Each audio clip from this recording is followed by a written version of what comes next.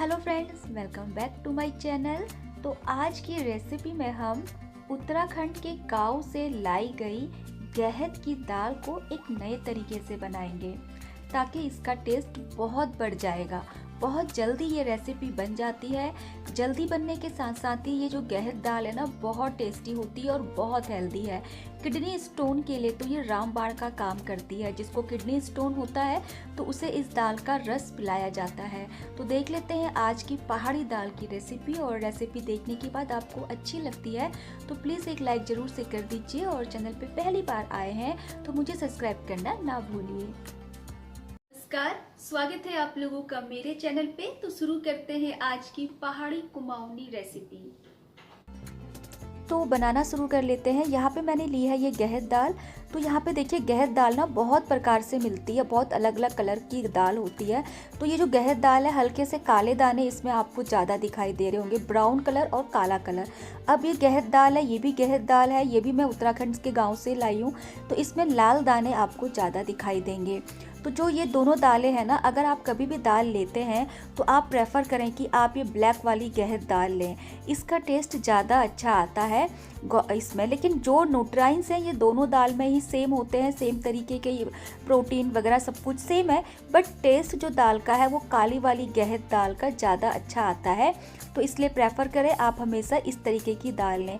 आजकल तो गहत की दाल आपको कहीं भी मिल जाएगी, ज़रूरी नहीं है कि आप इसे पहाड़ों से ही खरीद के लेके आएँ। ऑनलाइन भी आराम से आपको गहत दाल मिल जाती है। अब यहाँ पे मैंने लिए हैं ये काले भट्ट। देखिए इस तरीके से होते हैं, ये भी आपको आराम से ऑनलाइन मिल जाएंगे। ये भी मैं अपने गांव उत्तराखंड से ही लेके आई थी।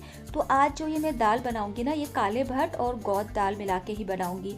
इसमें वैसे बहुत सारी जो साबुत दालें होती हैं उसको मिला के भी बनाया जाता है, जैसे राजमा, लोबिया, ये भी आप इसमें मिक्स कर सकते हैं। तो लेकिन आज जो मैं कॉम्बिनेशन बनाने वाली हूँ दाल का, सिर्फ ये काली गहत दाल और ये काले भट्ट की, इसका ही बनाऊंगी। काले भट्ट भी बहुत हेल्दी होते हैं, तो इनको मैं अच्छे से धो लेती हूँ।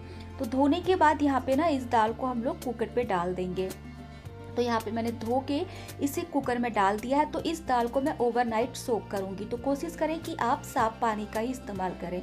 अब यहाँ पे डाल देंगे गदरियाना। तो देखिए गदरियाना इस तरीके से स्टिक, जो पेड़ की टहनियाँ होती है ना, इस तरीके से आपको पहाड़ों में मिलेगा। ये भी मैं अपने उत्तराखंड से लाई हूँ। इसका काम क्या होता है, खाने को डाइजेस्ट करने पर ये हेल्प करता है।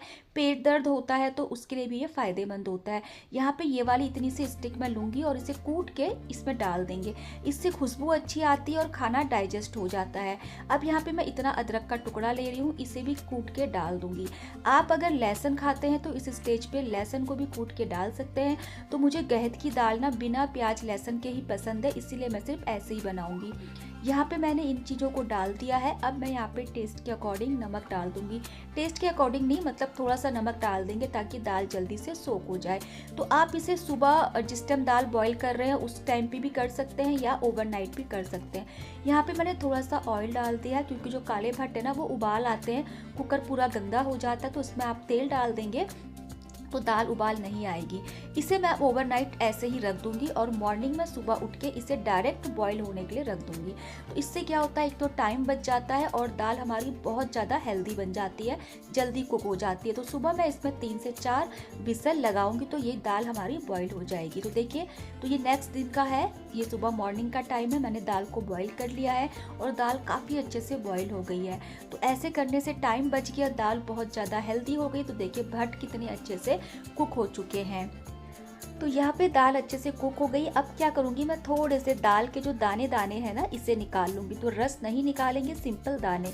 अगर आप वेट लूज़ करना चाहते हैं ना, तो आप इस तरीके से दाल को बॉईल करके ऊपर से प्याज, टमाटर और चटनी डाल के खाइए, बहुत टेस्टी लगती है। तो ये मेरे दादाजी हमेशा हमको ऐसे करके ही दाल बचपन में दे दिया करते थे। तो ये दाल अब साइड पे रखते हैं और तड़का लगा देते हैं। तो मैंने थोड़े से दाने अलग कर लिए ताकि इसे मैं बाद में बताऊँगी कैसे खाना है। तो इस दाल को मैं बनाऊँगी लोहे की कढ़ाई में। उसमें डाल दिया मैंने मस्टर्ड ऑयल। सरसों के तेल में ये दाल का टेस्ट बहुत अच्छा आता है। हमेशा की तरह ही सबसे पहले मैं डाल दूंगी सूखी लाल मिर्च और इसको क्रिस्प कर लेंगे। अच्छे से कंटिन्यू स्टेयर करते हुए इसे रोस्ट कर लेंगे। ये काले कलर की मिर्चें ना बहुत टेस्टी लगती है, बहुत अच्छा स्मोकी फ्लेवर आ जाता है और टेस्ट बढ़ जाता है। मैं थोड़ी सी मिर्चें निकाल दूंगी जो मैं इसे बाद में खाऊंगी अलग से क्रिस्प करके। अब यहाँ पे मैं डाल दूंगी थोड़ा सा जीरा, इसे क्रैकल होने देंगे। साथ में ही मैं डाल दूंगी ये धुआर, हमारे गांव का जम्बू घास है। इसका तड़का बहुत अच्छा लगता है पहाड़ी खाने में, तो इससे खुशबू अच्छी आती है। अगर आपके पास नहीं है तो आप यहाँ पे हींग का और धनिया के बीज भी डाल सकते हैं या जखिया डाल सकते हैं। तो इनको थोड़ा सा इस तरीके से स्टीयर कर लेंगे ताकि ये अच्छे से क्रिस्प हो जाए और अच्छा सा ब्राउन कलर आ जाए। जब ब्राउन कलर होता है ना तभी ज़्यादा अच्छा फ्लेवर आता है इसका। अब मैं यहाँ पे 2 से 3 टमाटर लिए हैं, इसको डाल दूंगी। अगर आप प्याज खाते हैं तो इस स्टेज पे प्याज डाल देते हैं। तो यहाँ पे इसे स्टर कर लेंगे। थोड़ा सा नमक डाल देंगे, नमक हमने बॉईल होते टाइम पे भी डाला था, तो थोड़ा ध्यान से नमक डालेंगे। तो मेरे को ये जो गौत की दाल है ना पर्सनली बिना प्याज लहसुन की ही पसंद है, इसीलिए मैं सिंपल ऐसे ही इस दाल को बनाती हूँ। थोड़ी सी मैंने हल्दी डाल दी है और इसे एक बार हिला लेंगे ताकि जो टमाटर है हमारे जल्दी से कुक हो जाए। अब यहाँ पे डालेंगे बेसिक से मसाले। 1 से 2 छोटी चम्मच धनिया पाउडर, साथ में ही 1 छोटी चम्मच जीरा पाउडर डाला है मैंने और इसे भी हम मिला लेंगे। आप चाहे तो थोड़ा सा किचन किंग मसाला या थोड़ा सा गरम मसाला डाल सकते हैं, ऑप्शनल है। वैसे ये दाल सिंपल ही कम मसालों की ही टेस्टी लगती है। अब यहाँ पे इसे हम अच्छे से कुक कर लेंगे जब तक कि हमारे टमाटर अच्छे से कुक ना हो जाए। तो यहाँ पे मैं थोड़ा सा पानी डालूंगी ताकि जो हमारे मसाले हैं ना वो अच्छे से भून जाएंगे। तो देखिए यहाँ पे हमारी ग्रेवी बनके तैयार है। टमाटर अच्छे से कुक हो चुके हैं, तो इसको यहाँ पे इस तरीके से मैश करते रहेंगे टमाटर को ताकि टमाटर अच्छे से कुक हो जाए।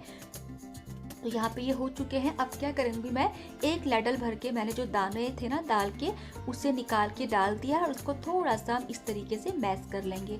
इससे जो हमारी ग्रेवी है थोड़ी सी थिक हो जाती है और अच्छा टेस्ट आता है ग्रेवी का। तो इसे मिक्स कर लेंगे। अब जो दाल हमने बॉईल करके रखी थी इसे डाल देंगे। अब यहाँ पे इसे हिला लेंगे। अगर आपको इसकी कंसिस्टेंसी कितनी चाहिए आप उस अकॉर्डिंग यहाँ पे पानी रख सकते हैं।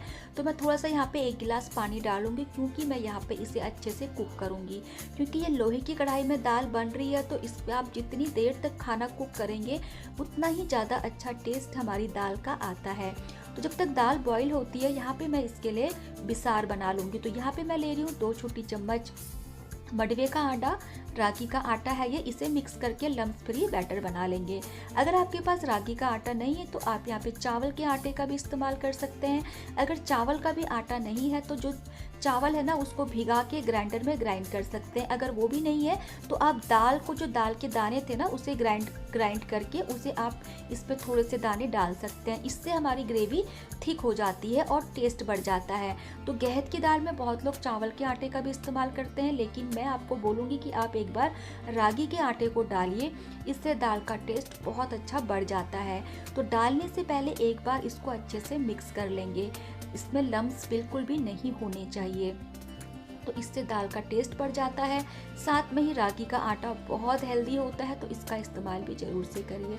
तो धीरे धीरे इसको डालते रहेंगे और एक हाथ से इसको स्टीयर करते रहेंगे ताकि लम्स ना पड़े। जो ये आटा है ना वो नीचे बेस में जाके बैठ जाएगा तो लम्स बन जाएंगे, इसलिए इसको हिलाते रहेंगे। अब इसको कंटिन्यू स्टीयर करेंगे और इसको अच्छे से पकने देंगे। बिल्कुल लो फ्लेम पे मैं यहाँ पे इसको कम से कम 30 से 40 मिनट कुक करूँगी, क्योंकि मुझे लोहे की कढ़ाई में ये पहाड़ी खाना बहुत टेस्टी लगता है। और अगर ये दाल ना गैस की बजाय चूल्हे में बनी होती तो ये दाल तो मैं आपको बता नहीं सकती कितनी अलग लेवल की ये दाल बनती है। तो इसे मैं कंटिन्यू स्टीयर कर रही हूँ। इसकी फ्लेम को लो कर देंगे और इसे कुक होने देंगे। तो गहत दाल में बहुत सारे न्यूट्राइंट्स हैं। सब दालों की तुलना में ना इसमें सबसे ज़्यादा प्रोटीन पाया जाता है।